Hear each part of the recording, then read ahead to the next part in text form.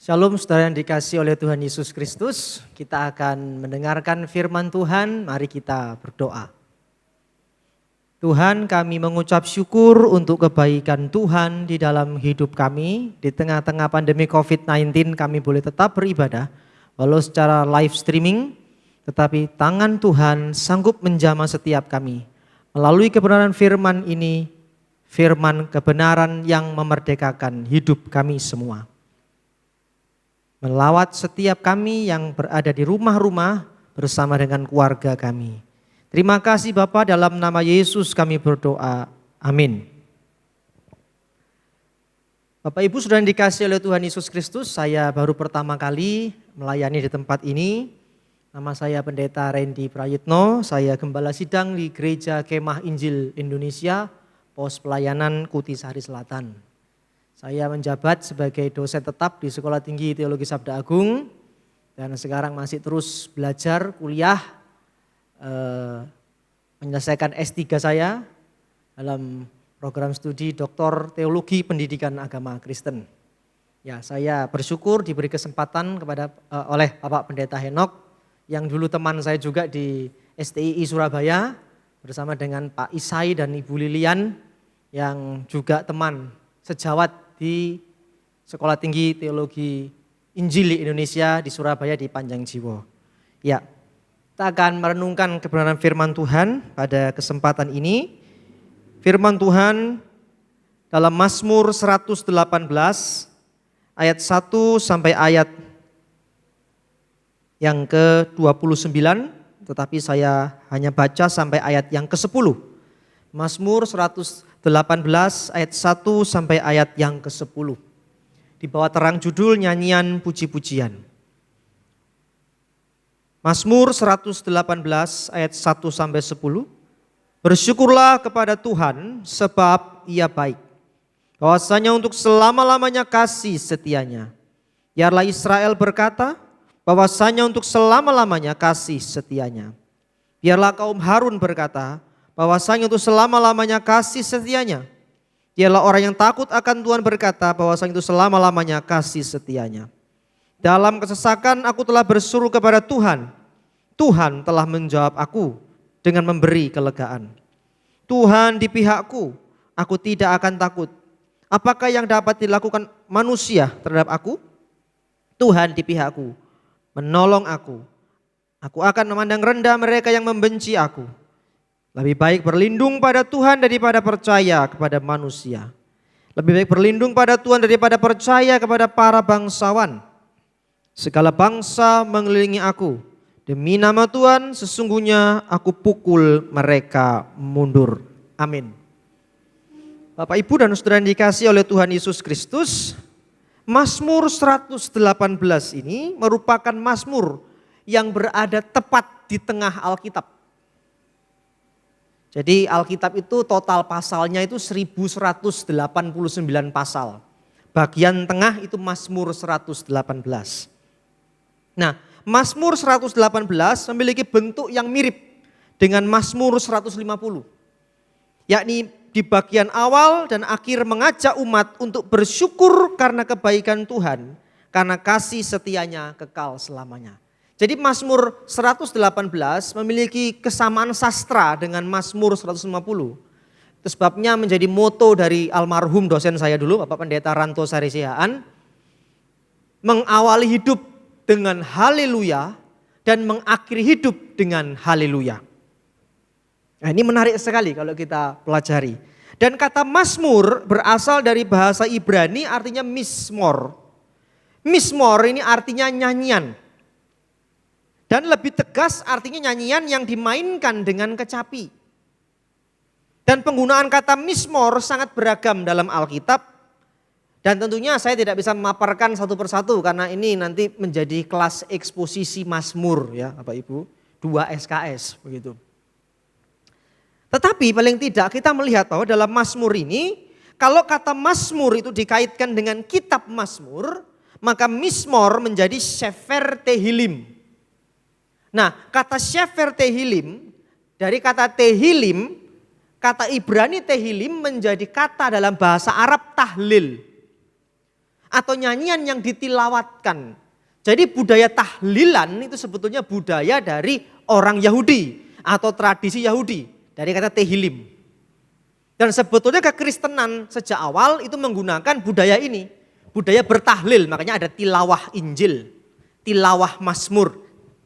Dan itu merupakan budaya orang Kristen sejak mulanya begitu, yang diteruskan dari budaya Yahudi. Nah ini menarik sekali. Jadi ketika bicara Mazmur kita bicara nyanyian. Dan tentunya secara historis kitab Mazmur ini bersumber dari Daud. Nah itu sebabnya kalau kita mempelajari lebih teliti lagi, Bapak Ibu Saudara, Mazmur ini memuji Tuhan, hendak mengajak kita memuji Tuhan karena kasih setianya yang abadi bagi umatnya. Nah kata-kata ini juga yang terakhir nyanyikan Tuhan Yesus dan para murid sebelum ia pergi ke Taman Getsemani. Sebelum ia ditangkap. Ya akhirnya disalib. Dan nyanyian ini juga dinyanyikan sebelum kedatangan Kristus kembali di akhir zaman. Ini menarik sekali. Jadi dalam kitab Mazmur kita melihat keutuhan teks bahkan sampai kepada penggenapan Mesias yang dijanjikan. Itu sebabnya kalau kita mempelajari lebih dalam lagi di kitab Mazmur ini ada semacam judul kalau di dalam sekolah teologi itu adalah konsep Mesias dalam kitab Mazmur atau dalam kitab puisi. Begitu. Mari kita kembali lagi dalam bagian ini bahwa satu tema yang akan saya bagikan kepada Bapak Ibu sekarang, saudara sekalian, di tengah-tengah COVID ini, ya di tengah-tengah kita berdiam diri di rumah masing-masing, adalah satu, bersyukur kepada Tuhan. Tema yang sederhana tapi memiliki makna teologis yang mendalam berdasarkan teks ini. Mengapa orang Kristen bersyukur kepada Tuhan? Yang pertama ayat 1-4, Tuhan itu setia. Sebab ia baik. Ya, kesetiaannya kepada Israel, bangsa pilihan. Israel itu disebut Am Shegulah dalam bahasa Ibrani, yang artinya umat atau seperti pokok anggur atau seperti buah anggur yang dikumpulkan oleh Allah. Itu sebabnya kenapa Tuhan Yesus menggunakan perumpamaan, akulah pokok anggur yang benar.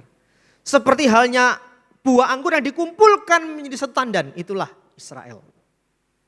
Yang kedua kaum Harun. Bahkan yang ketiga orang yang takut akan dia. Jadi bukan hanya kepada orang Israel sebagai bangsa, tidak hanya kepada para imam atau hamba Tuhan, tetapi juga kepada seluruh orang yang takut akan dia, Allah setia. Sehingga kita mendapatkan pelajaran penting. Kalau bicara Israel, kita melihat pada masa kini gereja adalah Israel yang baru. Di mana seperti halnya Israel yang mempunyai nenek moyang jasmani, yaitu 12 suku, demikianlah juga gereja memiliki nenek moyang rohani, 12 rasul. Ya, kaum Harun pelayan Tuhan dan orang beriman. Semuanya tidak luput dari kesetiaan Tuhan. Dan Tuhan setia bagi kita walau di tengah pandemi seperti ini. Mungkin susah pekerjaan, ekonomi suram, tetapi tetaplah yakin dan percaya. Karena itulah bagian kita. Hanya percaya saja bahwa dia Allah yang setia. Yang kedua, mengapa kita bersyukur kepada Tuhan? Ayat yang ke-5-9. Bahwa Tuhan itu sumber pertolongan. Makanya kalau dilihat pada ayat 5-9. Buktinya apa kalau Tuhan sumber pertolongan? Yang pertama, Tuhan menjawab. Menjawab. Tepat pada waktunya. Dan yang gak bisa dipikir manusia, tetapi waktunya Tuhan itu luar biasa tepat. Dua, Tuhan memberi kelegaan. Jadi mengikut Tuhan itu hati lega. Ada lagu Jawa yang mengatakan, ojo sumelang putrane Gusti. Nah, jangan khawatir karena kita anaknya Tuhan. Sing soge bingung pikire, sing melarat susatine, sing ayah mung putrane Gusti Yesus rino lan wengi tansah memuji. Tuhan memberi kelegaan. Dan yang ketiga, Tuhan di pihak kita. Orang dunia boleh mengatakan bisnismu tidak bisa maju karena kondisi seperti ini. Tetapi ingat bahwa Tuhan di pihakmu. Itu sebabnya mengapa ayat 5 sampai 9, terutama ayat 8. Berlindunglah dan percaya kepada Tuhan. Lebih baik percaya pada Tuhan daripada manusia, karena manusia itu omong tok, gitu ya. Omdo, gitu. Janji-janji tinggal janji, begitu ya. Itu manusia, ya, itu. Jadi kalau ngomongnya janji tapi besoknya meleset, esok dele, sore tempe, sesuk bosok, nah, itu manusia. Dan yang ketiga, mengapa kita bersyukur kepada Tuhan? Ayat 10 sampai 12. Tuhan membela umatnya. Makanya lihat, pemazmur menyaksikan, karena bicara pembelaan, bicara hukum. Ada saksi, ada kesaksiannya apa? Ayat 10 sampai 12, demi nama Tuhan, demi nama Tuhan, demi nama Tuhan. Di dalam sastra Ibrani, kalau ada kata yang diulang sampai 3 kali, itu namanya majas, tautologia. Artinya extremely, penekanan bahwa dia Tuhan yang sungguh membela umatnya. Begitu. Pengulangan ini penting sekali. Bahwa dia Allah yang sungguh membela umatnya. Orang boleh nggak percaya, silakan, tapi Tuhan membela kita. Selanjutnya kalau kita lihat alasan berikutnya mengapa kita bersyukur kepada Tuhan. Ayat 13 sampai 18, Tuhan berkuasa. Kalau kita lihat dalam ayat 13 sampai 18, dalam hal apa Tuhan berkuasa? Menolong, menyelamatkan. Bahkan tangan kanan itu diulang 3 kali lagi. Tangan kanan itu bicara kekuatan. Ya, bahkan perbuatan-perbuatan Tuhan. Bahkan di tengah-tengah hal-hal yang sulit, masalah yang sulit yang Bapak Ibu alami, di situ ada didikan Tuhan. Tuhan itu tidak pernah menuduh Anda, tidak pernah mengintimidasi Anda, tidak pernah menunjuk-nunjuk dengan jari. Seperti para pengkhotbah-pengkhotbah hukum Taurat itu. Jadi mimbar ini bukan lagi dipakai untuk menguatkan umat, menjelaskan siapa Yesus, tapi menunjuk-nunjuk orang dengan jari. Persis seperti ahli Taurat, gitu ya. Makanya saya bilang ini gereja, apakah menjadi tempat pemulihan atau pembelajaran, ataukah sebagai konsorsium ahli Taurat? Ya, mendidik. Karena Tuhan berkuasa, siapa yang bisa melawan Anda? Corona? Tidak bisa. Karena Tuhan bersama kita. Berikutnya yang kelima, mengapa kita bersyukur? Ayat 19 sampai 21, Tuhan itu benar. Sang sumber kebenaran hanya Tuhan saja. Itu sebabnya digambarkan sebagai pintu gerbang. Makanya bandingkan dengan perjanjian baru. Ya, Allah disebut digambarkan sebagai pintu gerbang. Mengapa? Karena perjanjian baru mengatakan apa? Akulah pintu.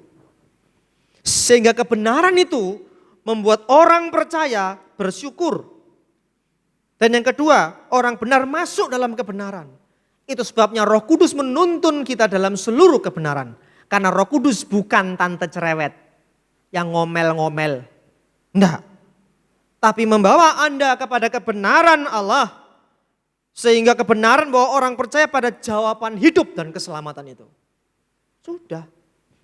Kekristenan itu simpel sebetulnya. Tidak menjelimet, tidak bulat ya kayak benang gitu ya. Benang kejegur sumur atau benang jatuh ke air, ini bulat gak karu-karuan. Enggak, sederhana.